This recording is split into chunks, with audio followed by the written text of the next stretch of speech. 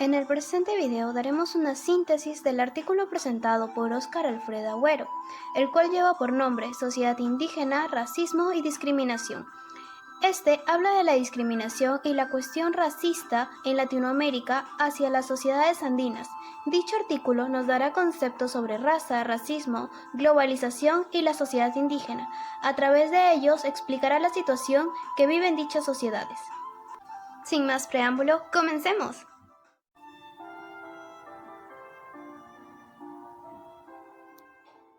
Para dar un concepto de raza, Agüero primero analiza lo antes dicho por Colette Guillaumin, quien expone que la raza es vehículo de empresas estatales de dominación, explotación y exterminio. También indica que el concepto de raza es una idea construida a partir de rasgos físicos, costumbres sociales que se reflejan en un grupo determinado, y por último explica que la idea de raza no era una noción propia de las ciencias naturales. Agüero define la raza en el siglo XX como una realidad jurídica, política, históricamente inscrita en la realidad y que juega un papel efectivo y constringente en las sociedades concernidas. Adicional a ello, también dice que la raza científicamente no existe, sin embargo, esta produce muertos y sirve de excusa para la dominación de grupos sociales poderosos sobre otros grupos más pequeños. Si bien es cierto, cuando hablamos de racismo, estamos describiendo a un fenómeno desarrollado, especialmente a partir de los siglos XV y XVI, época relacionada al inicio del colonialismo. La construcción del otro como diferente se establece especialmente en este momento histórico.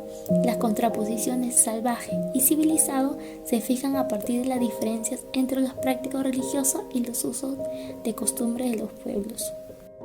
Es por esta razón Michel Foucault, historiador, psicólogo, filósofo y teórico social, analiza el racismo desde el campo de la política y la guerra en su libro Genealogía del Racismo, el cual señala el racismo en su origen histórico y sus funciones políticas.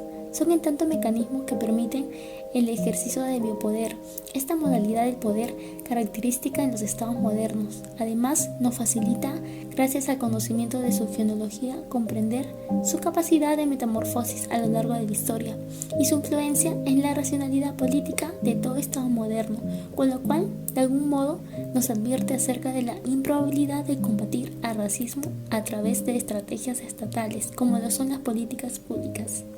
Por un lado, Say se refiere a Foucault que el racismo no ubica una mirada como un mecanismo privilegiado del poder estatal que forma parte de la racionalidad política del Estado, el cual se vincula con el derecho y la verdad entendida como efecto producido por el poder. Además añade que hay dos tipos de campos que ejercita el poder.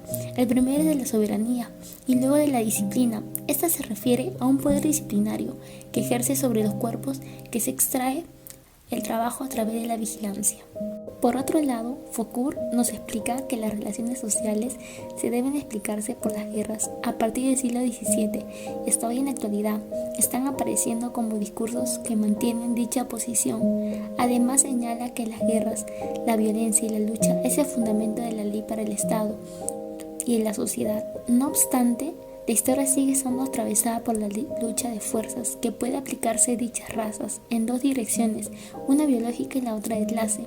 Esta última dirección está desde el siglo XX, el cual se denominaría racismo de Estado. Esta se refiere a que es una condición en la cual ningún ejercicio soberano del poder puede articularse legítimamente en una sociedad reguladora. Es decir, la cuestión no es menor debido a la serie de implicancias que arrastra consigo. De esta serrana. Esta chola cree que está en el Coliseo. ¿Cómo se te ocurre venir con canasta? Poco más si te vienes con toda tu casa. ¿Ah? Ya, Cholita, ya. Avanza, avanza. ¿A quién está choleando? Avanza nomás, Cholita, ya, por favor. Avanza, ya, espérate. Avanza, Avanza, señor, Ya vamos.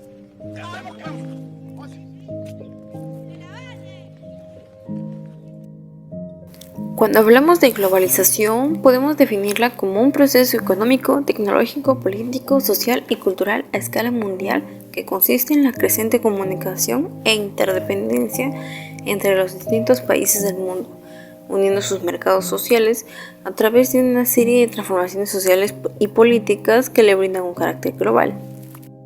Stefano Baresi incorpora en el análisis de la situación de los pueblos indígenas en el umbral del tercer milenio, que dicho sea de paso, en este trabajo él constata que hay una globalización desde arriba y otra desde abajo, una especie de globalización perversa y una globalización benigna respectivamente, se podría decir.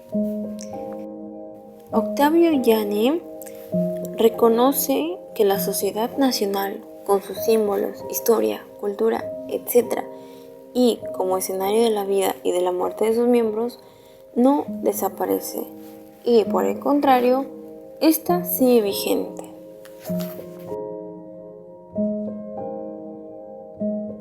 Por otro lado, Roland Robertson dice que gran parte de la historia mundial puede ser considerada como una secuencia de mini-globalizaciones, como es el caso de la formación de los imperios. Y en ese sentido se podría decir también que el fenómeno de la tensión globalizante actual se produce mediado por un conjunto de mini-globalizaciones, sobre todo en el plano económico. Ahora vamos a hablar sobre población indígena. Estos son pueblos que descienden de poblaciones que habitaban en el país antes de la época de la colonia y que conservan todas o parte de sus costumbres sociales, económicas, culturales y políticas.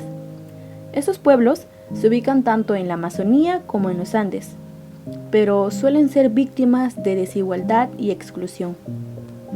Es por esta razón que Stefano Baresi, doctor en antropología y actualmente profesor del Departamento de Estudios Nativos Americanos de la Universidad de California, incorpora un análisis de la situación de los pueblos indígenas desde el tercer milenio, estamos hablando desde el año 2001 hasta nuestro tiempo.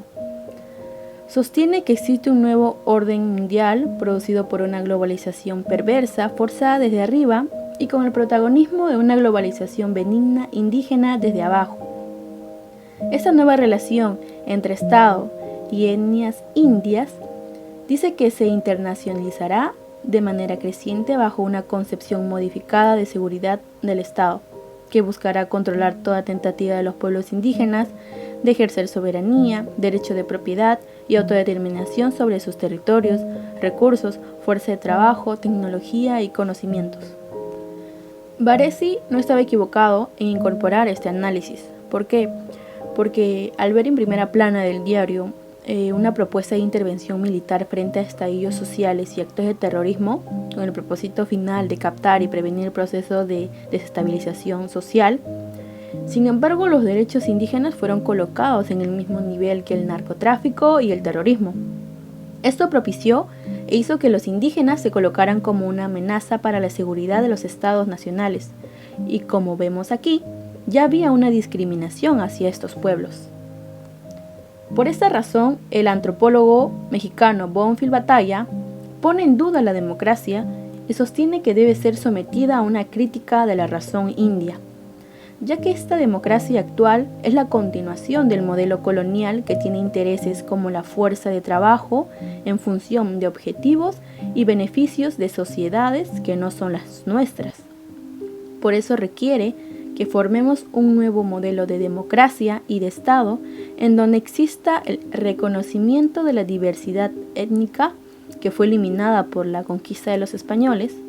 Además, lograr reconocer a los pueblos indios como unidades de la política del Estado, ya que estos pueblos tienen derechos distintos porque tienen una cultura distinta y el Estado debe respetarlos y garantizarles un acceso libre y equitativo a los recursos no solo económicos, sino también de conocimiento o a la cultura universal. Finalmente, en todo este análisis sobre las sociedades indígenas, el racismo y la discriminación, encontramos al antropólogo ecuatoriano Diego Iturralde, que en el año de 1995 añade que dentro de un tiempo habrá una tensión que se intensificará entre las naciones indias y los estados nacionales, por lo que esto nos obliga a tomar conciencia para poder desarrollar nuevas formas políticas y culturales en la sociedad, y así dar un paso a la diversidad y al pluralismo que son exigidos por los pueblos indígenas, como la territorialidad, el derecho y la autoridad, la práctica de sus propias religiones, lenguas y tecnología. Desde este punto podemos notar cómo el proyecto indio, que alberga todo lo dicho anteriormente, propone una política pluriétnica y multinacional, oponiéndose a un proyecto nacional dominante. A todo esto, el antropólogo, luego de leer y observar a otros antropólogos más, lo llamó intencionalidad étnica india, que ha sido un proceso en el que las sociedades indias han sido afectadas por todos los programas y proyectos que son organizados por los poderes políticos y económicos, ya que estos se encuentran bien alejados de sus territorios y aldeas. Muy aparte de esto, ellos se sienten excluidos de todo tipo de decisiones y también son conscientes de la discriminación que ocurre en la nueva estructura del mundo, como alejarlos de los recursos naturales y de la sociodiversidad. Es aquí donde se desarrolla, en medio de la modernidad y la posmodernidad, una pseudodemocracia unida al racismo y discriminación hacia los pueblos indígenas, y es por eso que no es necesario regresar en el tiempo para poder verificar que dichos pueblos siguen siendo discriminados por los estados y por algunos grupos étnicos que conforman la alta sociedad que se hacen llamar nacionales, ya que creen que ellos son los únicos que conforman la nación.